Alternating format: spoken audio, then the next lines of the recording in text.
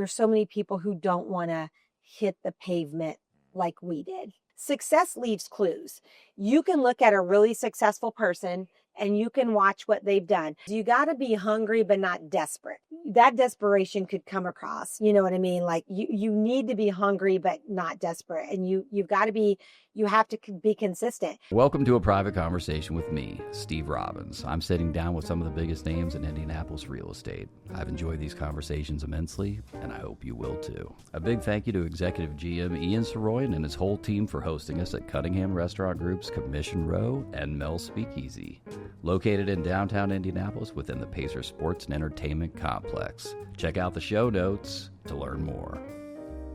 And now, my conversation with the broker-owner of Weichert Realtors, Cooper Group Indy, Ronda Cooper.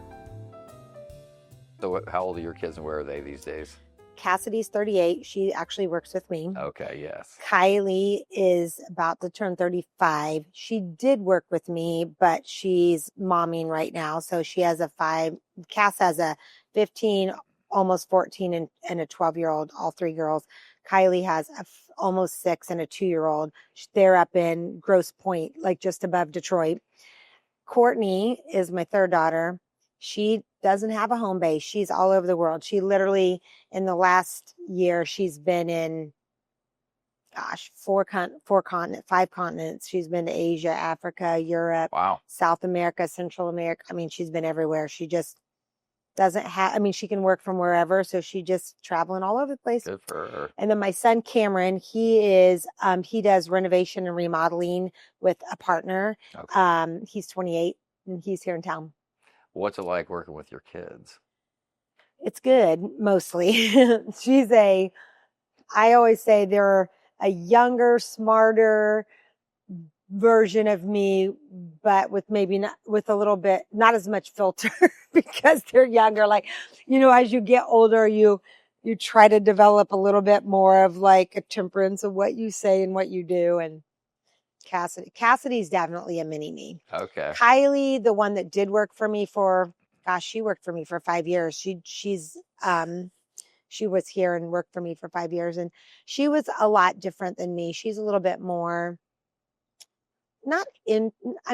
she's a little more introverted, but she's just more laid back and chill, where Cassidy is more driven and, extroverted and stuff like that. But yeah, it's mostly good working with my kids. I'm sure it's mostly fun and mostly good. And the fact that a couple of them have gone into all three of them have done some sort of real estate. Only one hasn't. Okay. The one is the one that travels all over the world. Right. She has no interest. So, but the other three have done some sort. My son, he's 28. He bought his first house when he was 20. Smart. Bought it, lived in it 5 years, fixed it up, doubled his money when he sold it. Nice. 4 years later. Then he bought another house, did the same thing, sold it.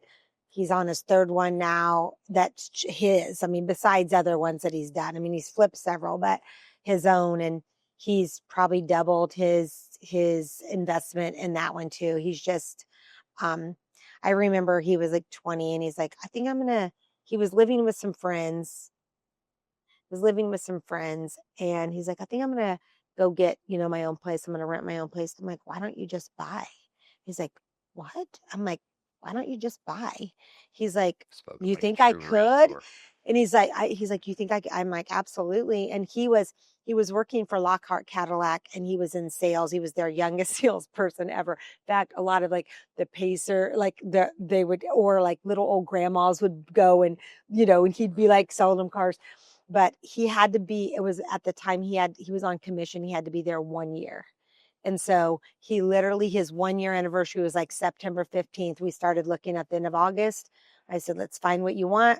We'll get you. And so he found a house, $85,000, super cute little brick ranch, and bought it, fixed it up.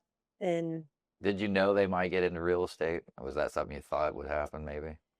They never acted like they would, but I think it's really funny. Like the second daughter that was the first that, called me up that time was like, Mom, I think I want to get my license. It was kind of weird because I never really expected her. And she's just like, I think I want to go to real estate school. I'm like, okay. I think all those years of them, Yeah. listening to me on the Cheers. phone, in the car, all of those years. I mean, it's amazing how much they learned just from that, just from hearing conversations. So I was like, all right, let's go. So yeah, I kind of had a feeling my son would at some sort. He's actually been to real estate school as well, but the sales part Right. wasn't. He went through the school, he passed school. He's just like, he said, I wanted to learn it. He's like, I don't think I really want to go get licensed. I'm like, okay. So he does the flipping instead. And so you got the Weichert franchise in 2013, or when did you? So that? no, so I left, so, obviously when the market kind of did the big downturn here in 2009, um, my husband and I both got recruited to the biggest builder in Alabama, I remember that. Yeah. which was, great, whatever, because everything was kind of crazy happening here. So we went there. My kids went kicking and screaming. They were a junior and like 8th grade.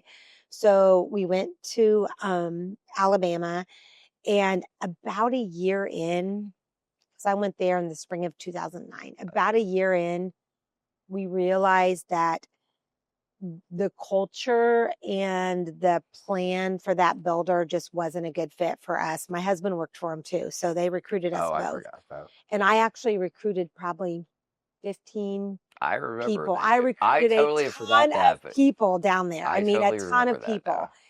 And because everyone was scrambling, I mean, I worked for the biggest builder in the state, and we, Yeah. arguably had the very best sales force ever. And when this all happened, everyone's scrambling. So I'm worried about getting everybody else jobs. Wasn't thinking about myself. I literally took a whole group down there to like check it out, not expecting it for myself, just taking them down. They called me back up and they're like, hey, we want your people, but we also want you and we want your husband. And I was like, okay. So we did it. A package deal. Package deal. So about a year in, we were just like, this is just not a good fit for us. Like there were some good people, but the company just wasn't a good fit. But now I'm stuck there. I had a non-compete within like a several 100-mile range. So I couldn't work in Nashville, Chattanooga, Atlanta, Louisville. I couldn't work in the new construction industry. Yes, in the new construction industry. So I non-compete. Plus now my daughter's a senior and she is like finally settled in. And I was like, so I got my license, and actually what I did was like, it was easier to transfer your license to Alabama than it was to than to get it in Alabama. So I literally came up to Indiana, got my license here, and then reciprocated to Alabama. So I was licensed in both states and did some real estate business in Alabama for about a year, got her graduated, got her off to college. And then we looked at each other and we're like, why are we still here? Like, we don't like it here. It's not for us. Like, we don't have anything to go home to, but we know people. And by now the market was starting to recover a little bit, but not that much. So end of 2011, we came back. And I just kind of, when I got back, so many colleagues in the industry, I started getting a few phone calls, and I kind of consulted for about a year. And then at the end of 2012, I got my broker's license and opened my own company in 2013. Yeah. Which is kind of scary because I didn't take a class. I hardly had to do anything. I literally there was a class, but you didn't. It was the same thing when we started ours. Scary. I know. It doesn't take much. And like, more than you think you do, but you also don't really know anything. Like, you know how to, I knew how to sell. I knew how to help people. I knew how to service people.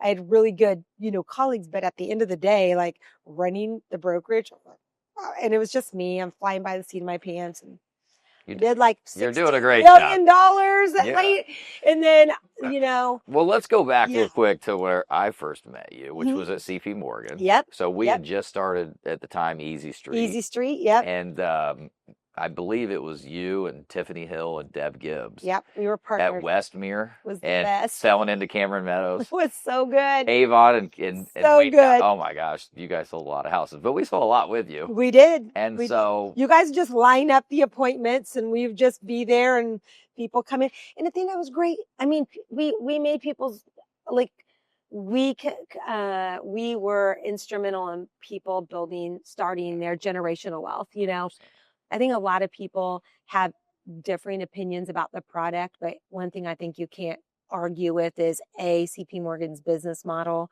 B, their commitment to growing people. Yeah. And literally there are tens of thousands of people out there that their generational wealth started by being able to buy their first affordable home. And you guys were a part of that. I mean, Easy Street, I mean, we helped. Absolutely. You got people that were renting. We were basically in the CP Morgan. We had come from Crossman, which was a competitor of CP Morgan. And so, you know, it was basically turning renters into first-time home buyers. And, you know, we were experts in mortgage finance. Absolutely. And then obviously, you know, when the great financial crisis hit, everything kind of fell to the wayside. But so we had met in 2001. How long had you been with CP Morgan? 3 years.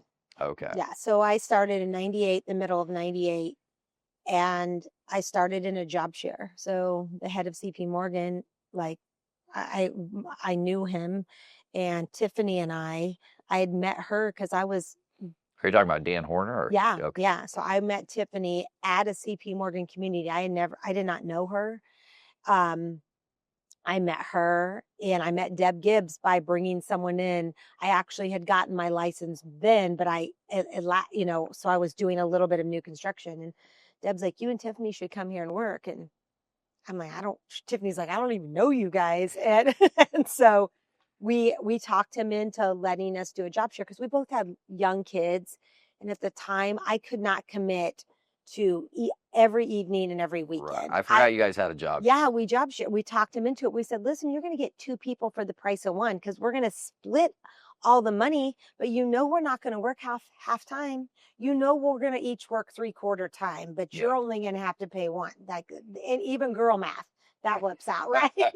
So we talked him into it and killed it at Westmere. Yeah. So fun. Oh my gosh. Yeah. So how long was it before you went into the management side with the builder? So I went from 98 to about 2001, 2002, I was in sales. Then I went into a regional manager position, which, you know, by different areas of town. So I had south side of Indy, like probably 7 or 8 neighborhoods on the south side of Indy. And then we restructured a little bit more. And then I went into the director of sales and marketing for Indiana.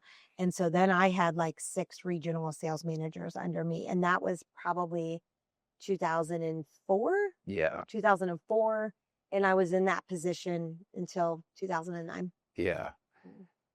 Well, CP Morgan was such a machine in so many different ways. So what are your biggest takeaways from that experience? I mean, you learned probably everything you know practically. I did. I learned so many things. I learned that it doesn't matter how good of a salesperson you are, you got to have a process. You have to have a process. People buy a specific process. The first thing you got to know is how much they can afford, because it doesn't matter what they want until they know what they can afford. So just that whole buying process, and CP Morgan was so systematic about it. I mean, we got shopped, and it wasn't just for us, and it wasn't just so we could sell a lot of houses. It was good for the buyers too. It's like, we weren't just slamming people into these homes. There's a path. There's a path to home ownership. And the other, knowing financing was like key. You guys did it. We did it. Like they used to say, because it was before all the apps and all that. And they would say, go in a sales counselor's right-hand drawer, and whoever has qualification sheets filled out are the people that are doing well.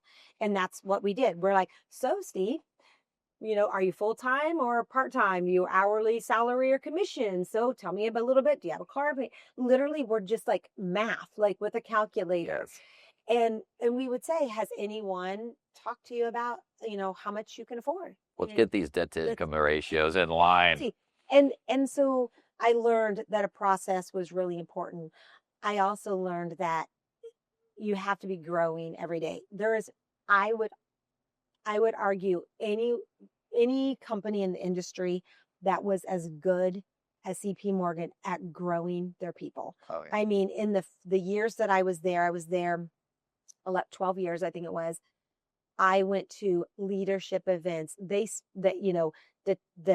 testing, the leadership things, the things that they put us through. We went down to the Soderquist, which, that was the Walmart Leadership Institute, Soderquist down in Arkansas. They flew people down there. We always were looking at who's our replacement. If we are going to move up, we had to be training and identifying our replacement all the time. And just all of those things, like I would not be here today if I think there are hundreds and hundreds of people in this town that are in all different parts of this industry, real estate, building, lending, all that contribute their trajectory of their life changing when they went to CP Morgan. Yeah. Oh, yeah. I mean, it changed my family's life. It changed the schools my kids could go to. It changed a lot. Well, I remember in 08, 07, really, things were changing for us.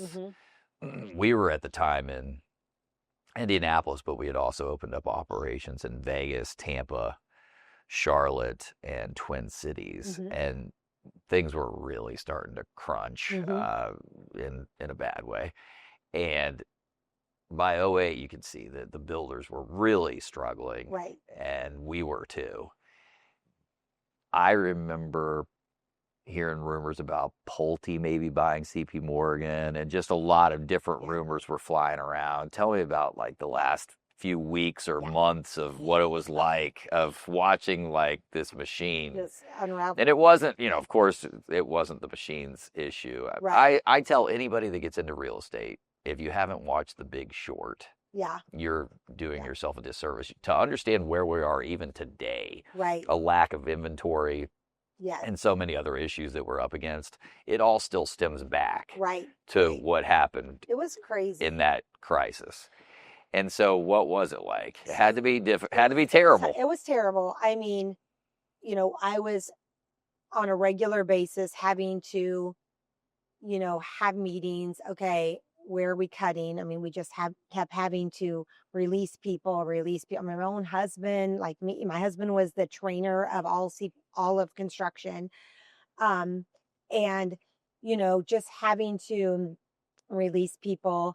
The funny thing is, even in 08, we closed more homes than anybody in the entire state. We still closed almost 1,000 homes in 2008. Wow. We literally were the home show built in 2009. I am literally on TV talking about this home and everything in January, and then at the end of February, year closed. We did have basically the thing that happened with CP Morgan is because we were such a machine, our land development had to be 2 to 3 years out in front of sales at all times. So we had an amazing land development team, and they were out finding us land. And CP Morgan was privately owned, and they always kept a low debt to income ratio. That was kind of something that they always did. Right. So even with all this land we owned, I mean, it was very low debt to income. Well, in 2008, the banks wanted everything reappraised. And so because land wasn't worth as much anymore, our debt to income went way higher. And so it was just like this series of unfortunate events that happened. And right up to the very end, like up to the final 2 months, there were 2 different builders that were going to basically acquire us. Yeah. And we were all having to like resubmit things to those builders and, and all of that. And one of them was from another state, and unbeknownst to anyone here, there was a non-compete that they had in place with another big builder here in town that at the very last minute came to light. Okay. Because of the owner of CP Morgan had a friendship with someone, and there was some kind of a non-compete there. So, gotcha. And then the whole Pulte thing. And so we got wind. I literally got wind that something was going to happen, and finally, I mean, it was about a week's notice at the very end. It was like a deal falling out like the night before. Like you find out somebody had something that you had no idea. And it was heart-wrenching. I mean, it wasn't just you and your family. It was so many. It was heart-wrenching. I bled black and yellow. Like you still do, by the way. It's obvious. It's obvious. Even the company that I own is yellow and black. That's true. And but the pride you have for it, just listening to you. It was, I mean, I bled black and yellow, and I personally could not imagine at the time going to work for anyone else. Like we were the standard of sales teams and all of that. And I also thought for my people, like I was like, oh my gosh. And so when it all happened, you know, I mean, first of all, everyone was just like, we're just like, how in the world could this happen? How could this happen? Like, and, you know, I just got to work trying to find my people positions. I just like, I was, you know, I told my husband, I'm like, I got to try to help these people. Like, you know, you need referrals, you need letters. What do you need? Like, so because I just felt so, and I remember the night before the announcement, I called my regional managers and my people, and we went to B-Dubs up on 141st and 37. We cried. We drank. We just, like I said, guys, it's getting announced tomorrow. And this, you know, and then we just, I don't know. And it was so cool because that Christmas before when there was rumblings, my team, I had them all over to my house for Christmas for a dinner, and they gave me a gift together. And it was just this little red box that's sitting in my office today. I looked at it the other day, and it was all notes, letters of what they had learned from me. Like, how to do an attachment. I mean, like on email, you know what I mean? Like all kinds of things about what I had taught them or what they had learned from me. And it's the best gift I've ever received. I was doing some cleaning in my office. I have it sitting on a shelf, and I was like, you know, and I was cleaning out a bunch of stuff. So this is the funny thing. When CP Morgan was closing, there was so much brain trust in my office. Like all of these things, these binders and things on my computer, like I gathered it all. I had totes and stuff that I took out that I mean, I was allowed, we were closing, and they've been in my storage unit. Like I've moved them 3 different times. I moved them to Alabama. I moved them back to Indiana to different storage units. Like all of this information from then, and like processes and like learning and tests, like caliper tests. I literally was texting about 10 of my old CP more. Anybody want their caliper tests? Because I have them all.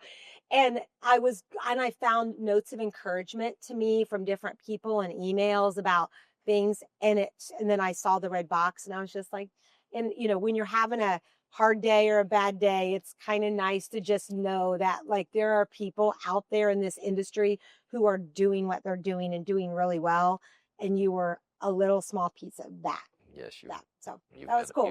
You've been a big piece of a lot of that. Very cool, you know. It really is. I know. And so, God, it had to be. So, how long were you in mourning before you got into action?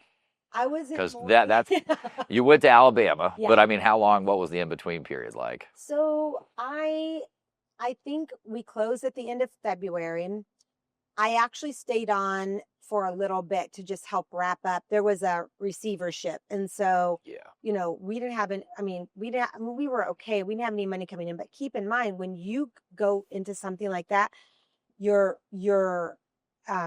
can't do what's the insurance where you can keep going? You can't keep your insurance. Like it's different from when you just leave a company. So like there's all of these things. And so I stayed on for a little bit, just kind of helping wrap things up with the company.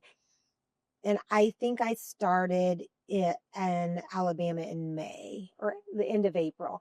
Like I was kind of like, it took me a month probably I'm helping everybody else. It's like when you're in crisis mode, you're in shock. You're not worried about yourself. You're just helping everyone else. Like, you're bleeding too, but you're just, you know what I mean? You're not thinking about that. So it was probably about 6 weeks or so before I was just like, okay, we got to figure out what we're doing. We both were in the industry. Like all our eggs were in one basket. We had kids in college.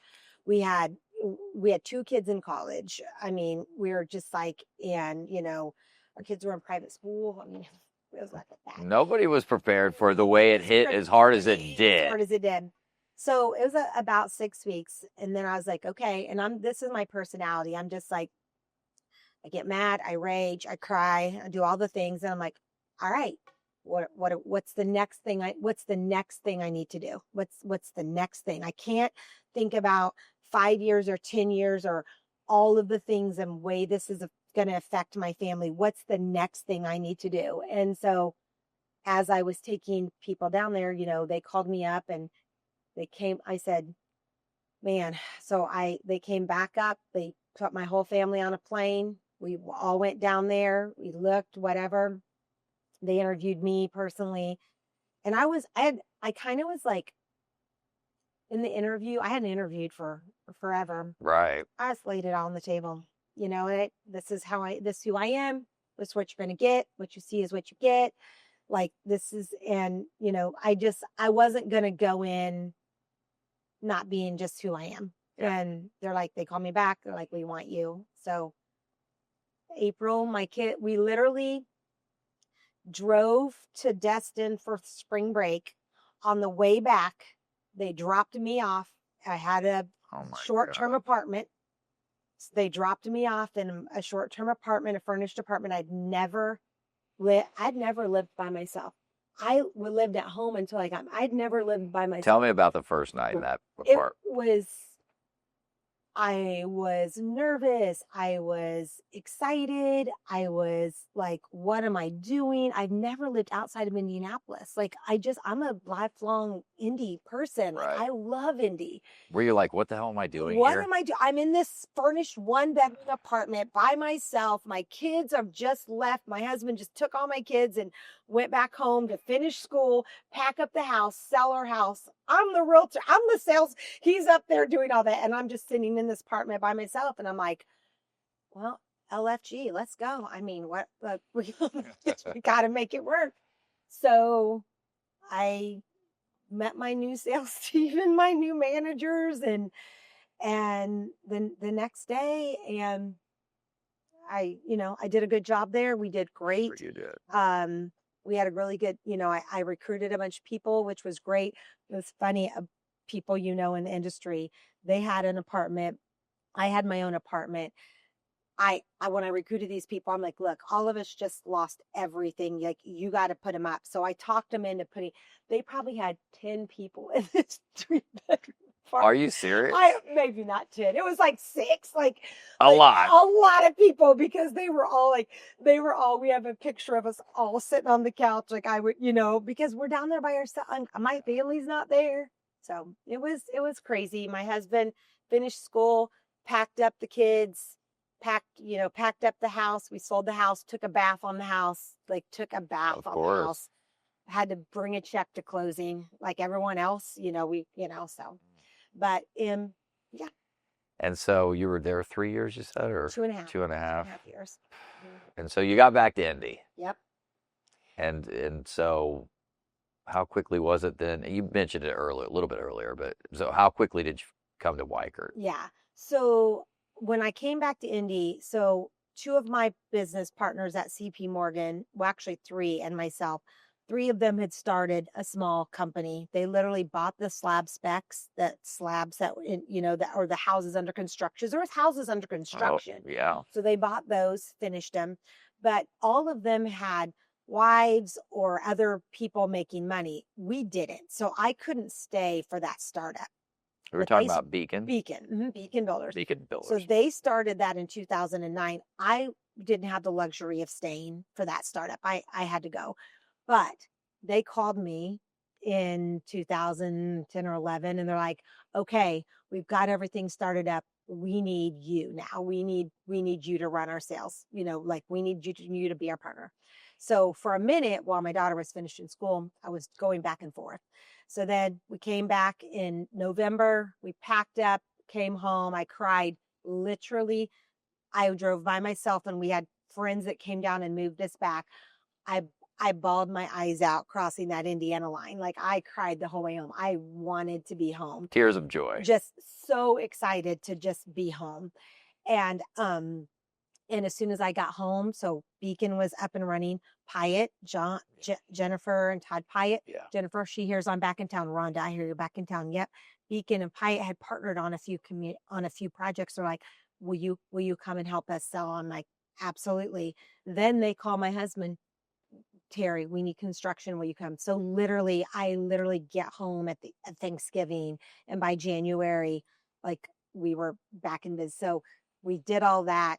I opened my own brokerage in 2013. Realized, just me. 14, I added a couple people, and we were just, doing a little bit better. And then 17 or so, I realized I was like, from 13 to 17, I was like 50 to 80% of the business. Like it was mostly me. And I was like, I had to make a decision. Am I going to lead or I'm going to sell? A really good salesperson. I can sell and make really great money, but I missed leading a team because that's my passion. My passion is growing people. Love real estate, love the vehicle, because I feel like real estate is one of those things. It doesn't really matter what's going on in the world. People still need a home. They maybe have to buy a smaller home or whatever, but people always need a home. So when other things that, aren't selling as well, people still need a home. So I love that. And then I love growing people. So I kind of accidentally started growing. I didn't plan on having a team. I'll just be myself, just me and myself. And I had a little part-time assistant. And then my best friend called me. Hey, I quit my job today. I signed up for real estate school. Will you teach me everything you know? I'm like, all right, come on. Then my daughter, who I was never expecting. Hey, Mom, I decided to go to real estate school. I'm like, okay, come on. So I started growing just like a little bit, 2 people one year. Then the next year I had 4 or 5, and so by 17, I was like, oh, I got this team of like 7 or 8 people and I don't have any infrastructure because I wasn't planning on building this. Right. I didn't have a CRM. I did not even have a CRM for 4 years. It was like all here. Yeah. All here. And I got a lot up here. You know what percentage of agents, it's still all right there? Yes. Except for only about a fraction of it's right there. Exactly. So in 2017, I was just like, I either have to completely quit selling, spend the next 6 months and $50,000-$60,000 to get all this stuff in line. And then it's going to be obsolete anyway. And I'm probably going to be broke because if I'm not selling, then you're not selling it. You know what I mean? And so I franchised, and it's been a really, really good decision for me. Camaraderie, colleague-wise, system processing. And so we've doubled since from 2018 to what we're going to projected to do this year. We'll have gone from like 30 million to 60 million. So like, it's been good. And I've started really surrounding myself. Like my team is great. I love like the culture that we have is really, really important to me. It's not just about having a bunch of people. I mean, that's great too. Obviously get more people, sometimes that equals more business, but just the culture of the team has been. How many do you have right now? 12. Okay. Yeah, so it's not huge. It's a good and it's manageable. It's manageable. 7 or 8 of those are, full time. There's 5 or 6, there's a few that are dual career or part time. But it is manageable, and they're, very loyal, very good, very coachable, very committed, like the things that you want in a team. Commission Row offers an unforgettable dining experience with high-quality steaks, a raw bar, and exquisite seafood curated by an expert culinary team. The menu, designed to delight every palate, features seasonal ingredients paired with an extensive wine and spirit selection. Open weekdays from 4 p.m. and for brunch at 10 a.m. on weekends. Continue the evening at Mel's Speakeasy below. After dining, enjoy an after-dinner drink with a wide selection of wines, cocktails, and spirits. Open daily from 5 p.m., Mel's is perfect for relaxing and unwinding. Commission Row and Mel's Speakeasy. An unforgettable dining experience awaits. So you're I think I saw your background was your degrees in elementary education. So you've always been a teacher. I've always been a teacher and coach. I taught and coached high school. Okay. Yeah, so coaching has always been my favorite. What did you taught ed or? I taught elementary education. I've coached several things. So we were involved in a smaller private school, my husband and I coached cheerleading. I'm always cheerleader. Oh yeah. I'm a big cheerleader. Yes, you I are. coached volleyball. The funny thing is I played volleyball in high school, but I only played a year, and it was because something happened with cheerleading. So I wasn't going to sit around and feel sorry for myself. So I decided to go out for the volleyball team. So I played volleyball. I was pretty good at it. When I was teaching at this school, and again, it was a smaller school, but it was like, K through 12, the principal was like, "Hey, we need a volleyball coach." And I was like, "I only played 1 year. I'm not that great at volleyball." He's like, "But we're not going to be able to have a team if we don't have a coach." And I'm like, "Okay." And then like a little guilt trip. And he's like, "Seriously, we really need a coach." I'm like, "Okay." So I agreed to do it. I literally called up a friend from high school and I said, "Listen, I just became the volleyball coach. I need to pay you to come and give me like 20 drills. I just need basics. That's the only thing I'm going to be able to teach these people because is just the basics." We were undefeated that year. Wow. All we did was the basics. Like all I did was practice the basics over and over and over again. We had no trick plays. I had a good team, I had a good potential. Right. So, and I've coached softball. Those are the three things. So how is all the education experience, coaching experience? You were doing all that at CP Morgan. You were doing that down in Alabama. You're doing it now for your own franchise. What goals do you have at this point, like in terms of coaching, in terms of leading? What's driving you right now? I love what I do. I love, again, the thrill of home ownership for our clients. I love it. Like to this, like every single time, a transaction gets accepted. Like I do a very small percentage myself now. Like I went from 80 back in 23. So 11 years later, my percentage of business is about 15%. Like Okay. friends and family, Yeah. whatever.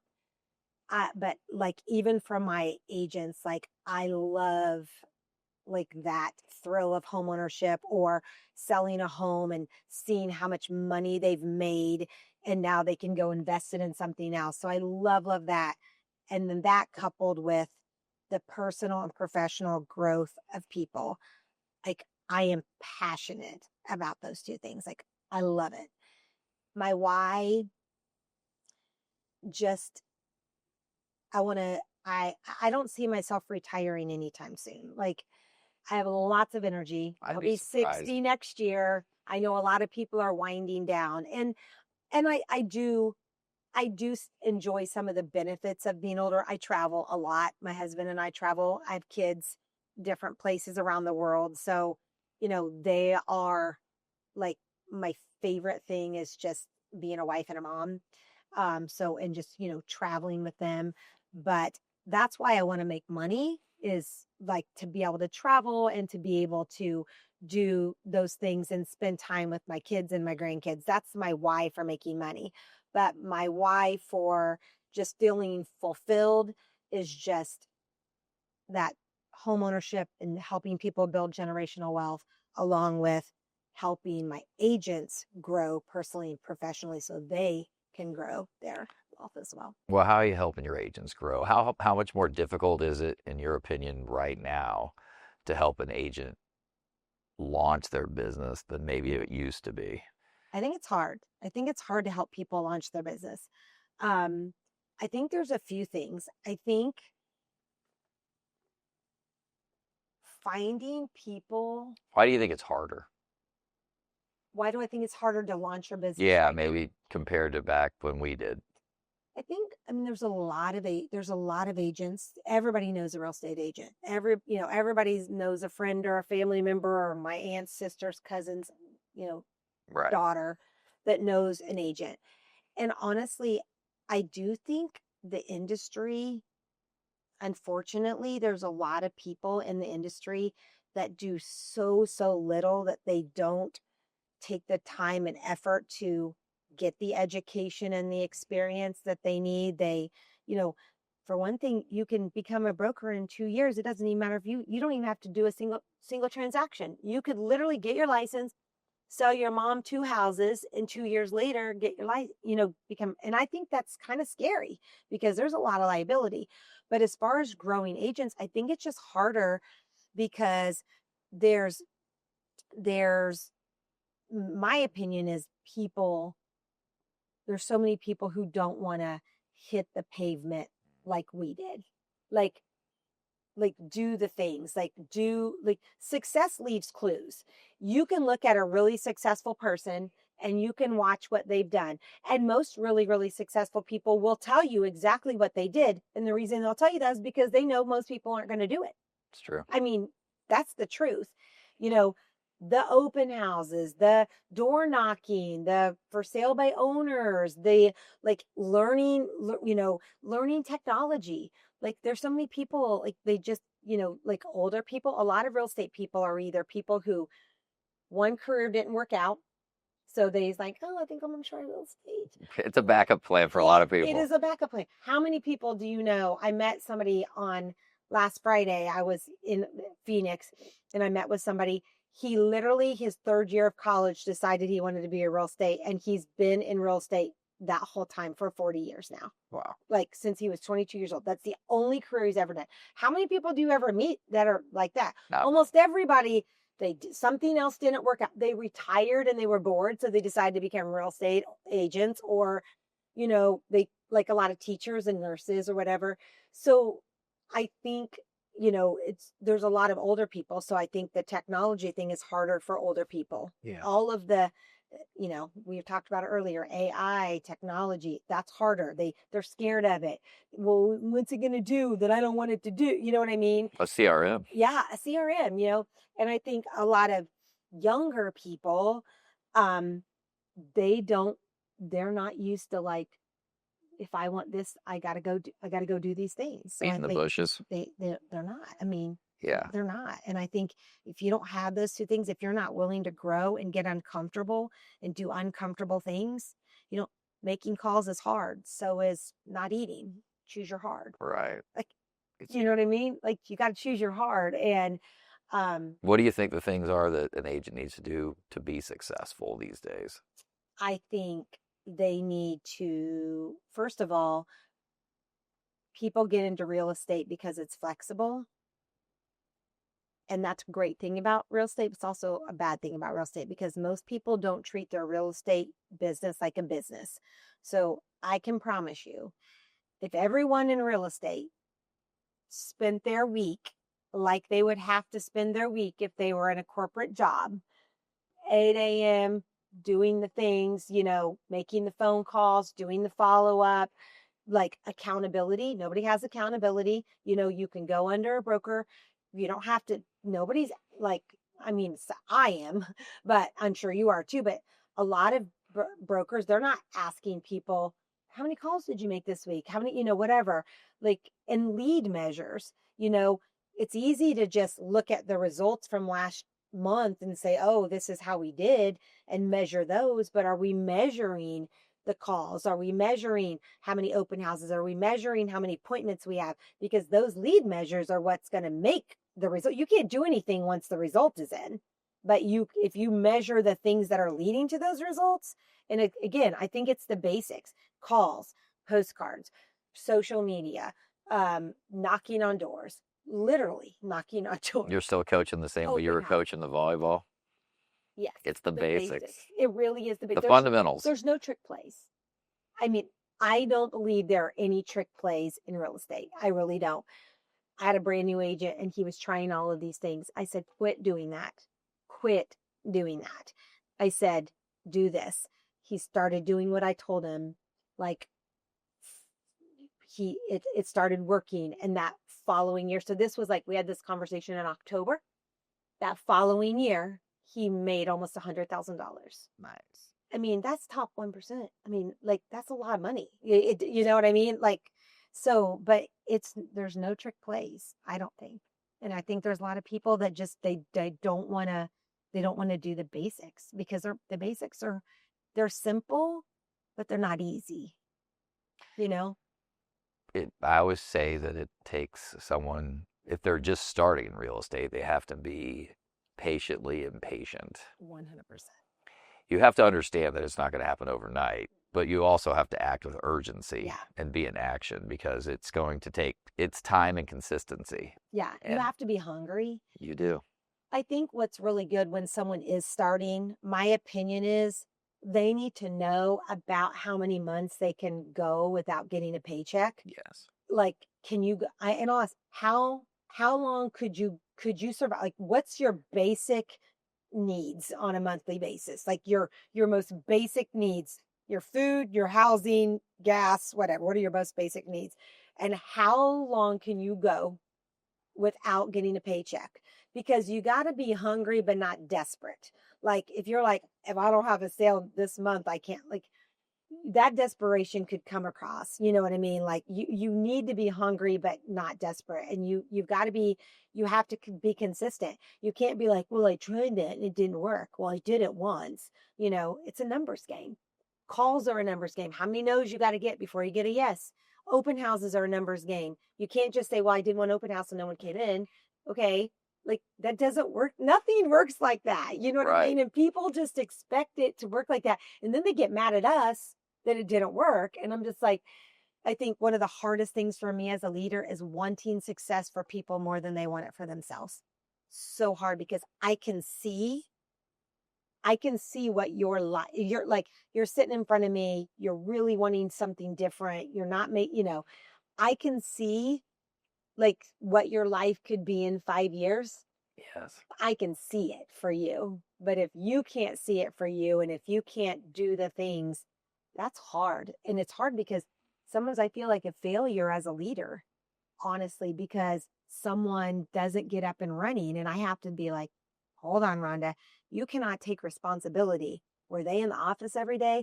Were they pounding down your door asking you for help? The people that are bugging the crap out of me for help, let's go. You know what I mean? But I can't take responsibility for everyone's success. I can give you the tools, the resources, my time, my energy, my experience, and give you all of those things. But if you don't take them and use them, I can't help. And I grieve that for people. It's so weird. I take it like it's hard for me personally because I grieve what that person could be because I really care about people and what they could be. Yeah. Well, they know that. That doesn't mean they're not the type of person that struggles with the lack of instant gratification. Exactly. The discipline that it takes. And like I said, that patiently impatient, you have to understand. It's like someone who has to lose a lot of weight. Yeah. It's not going to happen next week. No. It's a long game. How can you take some joy in the steps? Yeah. Even though sometimes the steps don't get you paid. Right. Exactly. I mean, all the work that people are doing right now may not pay them until next year, for all we know. Absolutely. And so that's really a struggle. Most people, they get into real estate thinking whatever they think, the flexibility. As soon as I hear flexibility, I'm like, okay, here we go. The flexibility, but also just the fact that, somehow it seems glamorous because of whatever they watched on television or whatever. And that's like 1% of this job. And so going to the gym is hard work. And it's basically going to the gym.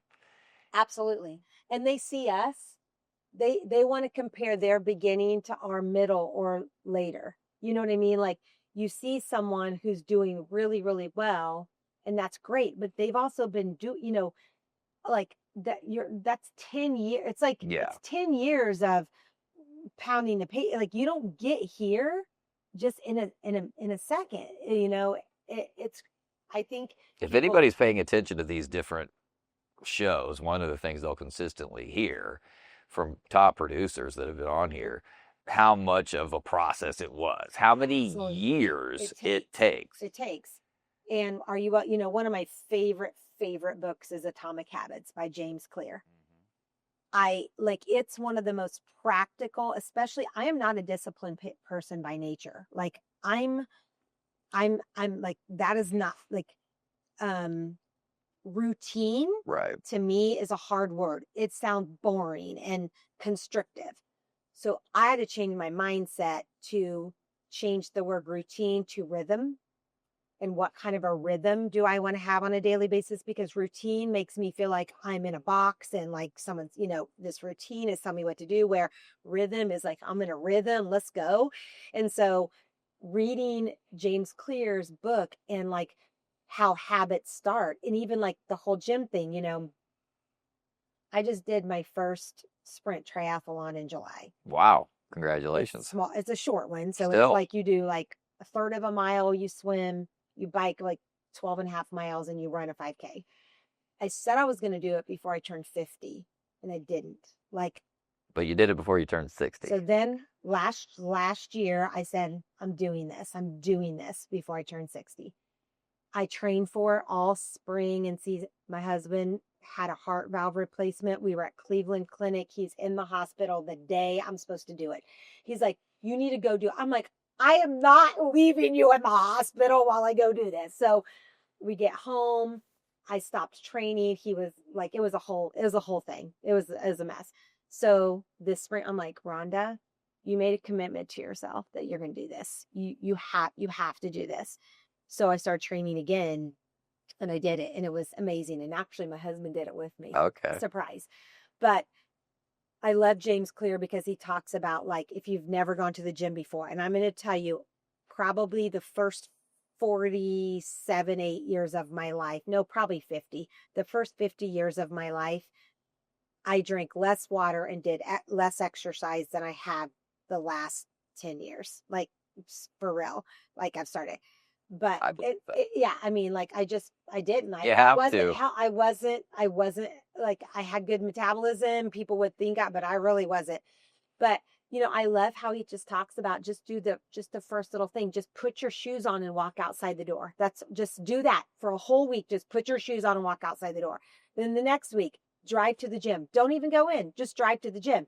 And then after a week, you're like, well, heck, I'm here. I might as well go in. And like, that's how a habit starts. And also, it's not just disciplined people. It's people who set their environment up for success. If you don't want to eat bad food, don't freaking have it in your house. If there are M&Ms in my freezer, I'm probably going to grab a few. If I have to drive to the CVS to get them, I might talk myself out of it and be like, seriously, Rhonda, it's 10. You're literally going to get in your car and drive to the CVS because you want some M&Ms. You know what I mean? Like it matters. Like setting your environment up for success makes a difference. And that book really, really helped me understand that, like, you don't have to be a disciplined person to have good habits. You don't. So you can, and professionally too, same thing. Absolutely. So how have you helped agents? So we talked here a little bit about getting them going, but there's so many agents that are in that 2, 3, 4 million a year mark, and they want to get to 6 or 8 or 10. And that's a leap that a lot of agents are never really able to make. Right. How are you helping people do that? I think the main thing is reminding them that it's a process, that, it is a process. I mean, it took me a minute to make that leap personally. It took me several years to make that leap. But I know this sounds so redundant. It's still the basics. Like, are you doing the basics better than anyone else? And like, what is your time map look like? What are the basics? Like calls, open houses, for us, door knocking, still direct mail. We still do direct mail because at the end of the day, we're trying to hit people all of the different ways. Staying on social media. Like, you don't have to have a YouTube channel. You don't have to, but like, just staying relevant, for me, I tell my people, and also just making sure everyone in your sphere knows what you do. How often do we get so annoyed because our aunt goes and they're like, oh my God, I forgot you were a realtor. Why did they forget you were a realtor? Yeah. Why? Like, anywhere I am like not annoyingly so, but well, some people may argue with that, but I'm talking about real estate. People, wherever I am, get my nails done. Same guy, every single, how's the real estate market, Rhonda? How are the interest rates? Right. He asks me every single time, like I'm his go-to person for anything real estate related. And I think you have to be that person. You have to be top of mind. Jared James says visibility trumps ability. So you don't have to be the best, but people gotta know who you are and what you do. And if people aren't doing that, and I think that's consistent every single day, like every single day. And I think you have to treat it again. I think a lot of that, those 2 million people or whatever, the people at that 2 to 3 million, they're not treating their business like a business. They're not looking at their numbers on a regular basis. They're not tracking their lead measures. If you want this many sales, you got to back it up. If you want this many closings, then you have to have this many transactions. If you have this many transactions, you have to have this many appointments. If you want this many appointments, you have to make this many phone calls. You have to back it all the way up every day. Every day. So you have to say, if I want to close 3 deals next month, like you got to back it up a couple months. Like, what am I doing today to make sure that in January I've got X amount of deals? And people they don't go to school for business. Like they're not treating their career like a business. Right. I think that's the hardest thing. So I'm just trying to help them do that, trying to help them. Like, what do you want to do? And then also meeting with people regularly and saying, okay, how are you doing? Are you doing better or worse than you wanted to do? So what are you not doing that you said you were going to do that we're going to get you here? This isn't what I said you needed to do. This is what you told me you were going to do.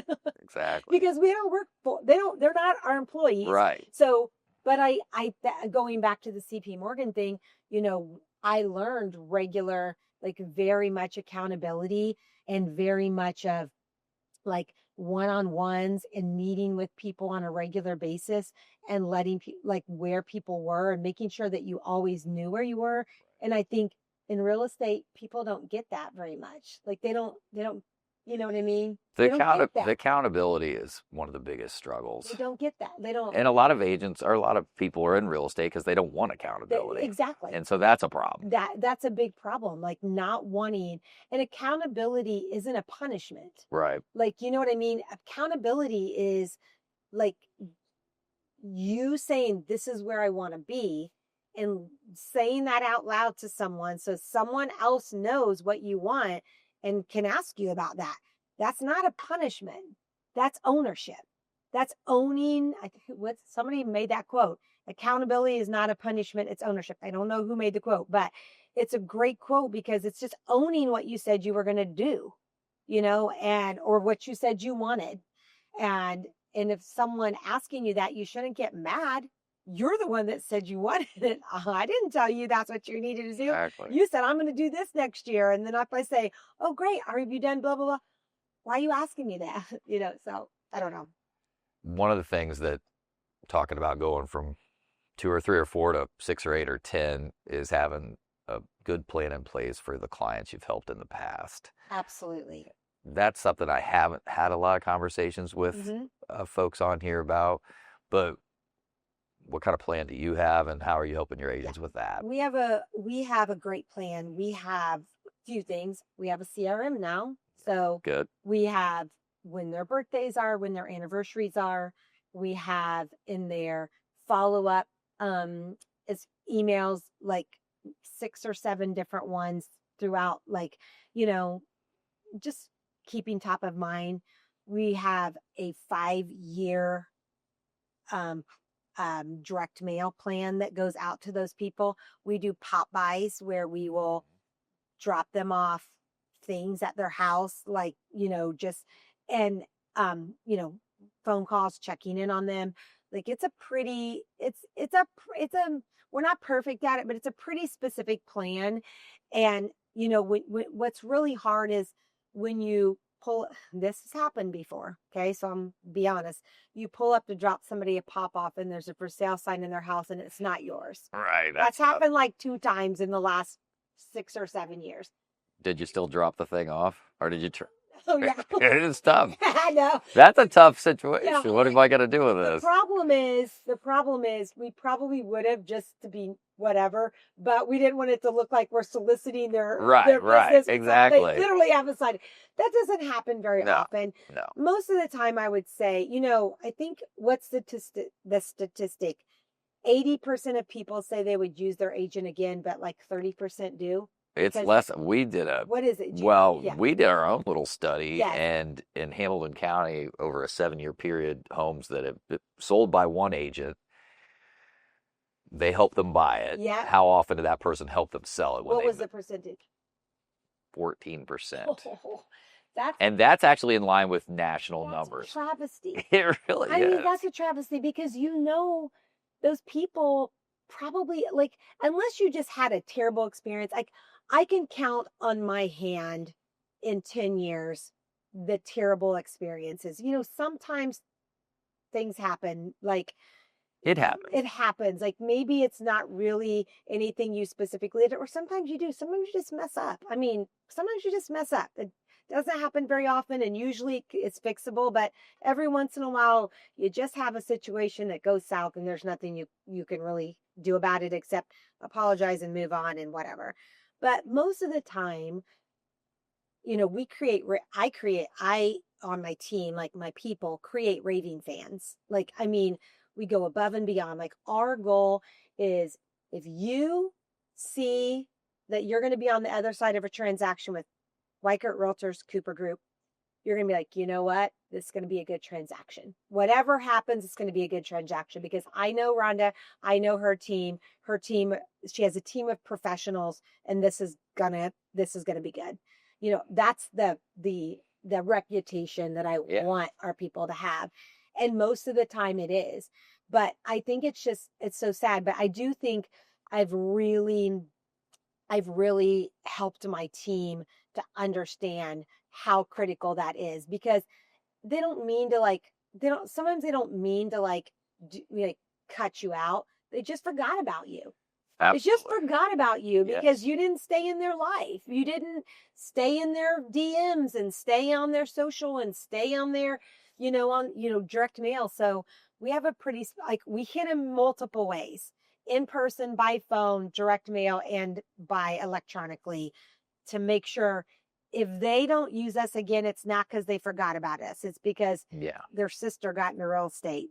And that happens sometimes too. But you know what's really great? Had a client recently that reached out to us on our team, and we had helped them before, and they said, we just want you to know we're going to sell our house, and my niece got into the business, and we really want to help her get started. So we're going to be using her, but I didn't want you to wonder why. And I thought, that's cool, because that means they were super happy with us. They loved us, but they're trying to get. They were being considerate. They cared enough to tell you. And that's exactly. And it's not like we haven't had clients. That's how we've gotten some clients before. Maybe someone used somebody a long time ago, but now, they're going to use us. And I appreciated the fact that they reached out and told us that. And I thought that was very classy and cool of them to do that. And like you said, social media makes some of this so much easier than what it would have been before. 100%. And what are your thoughts on social media and how are you guys using it? We use it a few different ways. Just an online presence for one, somewhat for recruiting, because I would like to have a few more good agents. I'm not, like I said, I'm not collecting agents like Precious Moments in a curio case, but we have some openings on our team. For my team, I forget whose kind of rule this is, but we try to do 5, 5, 10. Okay. So 5 likes, 5 comments, 10 either shares or DMs in a day. Just like staying in just like not getting sucked into the vacuum of it, but just like what's going on, and just staying in touch with our people and reaching out and keeping an eye on what's going on in their lives. And you talked about visibility. I mean, it's visibility. It is. It's not ability. It's not hard. Anybody can do that, but it's staying visible and watching, you know so much about what's going on and stuff. Oh, gosh, somebody's having a baby. Okay, they live in a 2-bedroom house and they're about to have their second baby. Okay, they're going to need a bigger house, or someone's getting ready to get married, or someone just lost their, parent or whatever. Like, there's clues. All you have to do is watch for them. You know what I mean? There's clues and it's not like you're being a vulture. It's like those people are going to need services. Why not let them be yours? We're going to take good care of them. We're good, So I don't feel like there's anything wrong with saying, hey, I saw you're getting married. That's amazing. If you guys think you want to buy your first house, this is what we do. I would love to help. If you have any questions about the process, let me know, whatever. You know what I mean? There's nothing wrong with that. That's marketing. That's helping clients. That's servicing. That's what we do, is we help people with homes. And so I think, just like roofing people watch for places where there's a hailstorm. Right. You know what I mean? Real estate people, it's all the same reasons: divorce, marriage, your kids go off to college, you're downsizing, you have a baby, like all of the reasons that people buy and sell. Those are all they're always going to stay the same. Those reasons are always going to stay the same. So the last few years, it's been really since June of 2022 when the interest rates shot up. Yep. The market's been less than stellar. Mm-hmm. It's not quite what we experienced in 08 and 09, but it's still not been near as fun as it could be. And rates, they've improved a little, and then they got a little worse. And in 2024, we went through the NAR settlement situation with buyer agency. Before I ask you about 2025, what's your takeaway on the whole NAR settlement and those changes? Yeah. So when all that was coming about, obviously there was a lot of unknowns, a lot of anxiety around that. Personally, I love it. I love that the buyer agency agreement is a law now. Few reasons. How many times in the past someone's talking to somebody, an agent, they're helping them, and then some other agent slips in and like all of us, whatever, and were you doing it before? No. Okay. I wasn't. Okay. And you know what my whole thing was, which this is awful, was like, you know what? I don't want to lock somebody into using me. I feel like my services are really good and I take really good care of my people. And if for any reason my people want to use somebody else, that's fine. That was a cop out, to be honest. Like it was, and a lot of states you've had to have them for years. And also I think a little bit I'm nervous because if everyone's not requiring them, you know what I mean? You seem a little bit like, you're like, you know what I mean? Right. I felt a little bit like I was like, I don't strong arming people, if, I know what you mean. Just like weird reasons that aren't valid, but, I love it now. There's a few reasons. Number one, I think it makes it really, really clear. With a listing, you would never put a house on the market without a listing agreement. You are agreeing that I am your person. You are working with me. We have agreed to an amount. We have agreed to all the things I'm going to do for you. We're signing, shaking hands. We are working together. Why did we not, like with buyers, now, you know what? Here is my fee. Here's how much I charge. You know what? See, here are the 3 different ways I can get paid. If you don't have that 3%, there are 3 different ways I can get paid. Number one, you can pay it. Number two, sometimes the seller will pay it, and I can find out in advance before you see houses if you want me to, if the seller's paying it, if that works for you. Or number 3, we can negotiate it into the purchase agreement, just like we would closing costs and the price and everything else. So, you tell me which one of those works for you. The other thing I love about it is now I don't have to depend on a listing agent who doesn't know their value to determine how much I get paid, because I have a lot of value. Like I am really good at what I do, and I bring a lot of value to my clients, and my team brings a lot of value to my clients.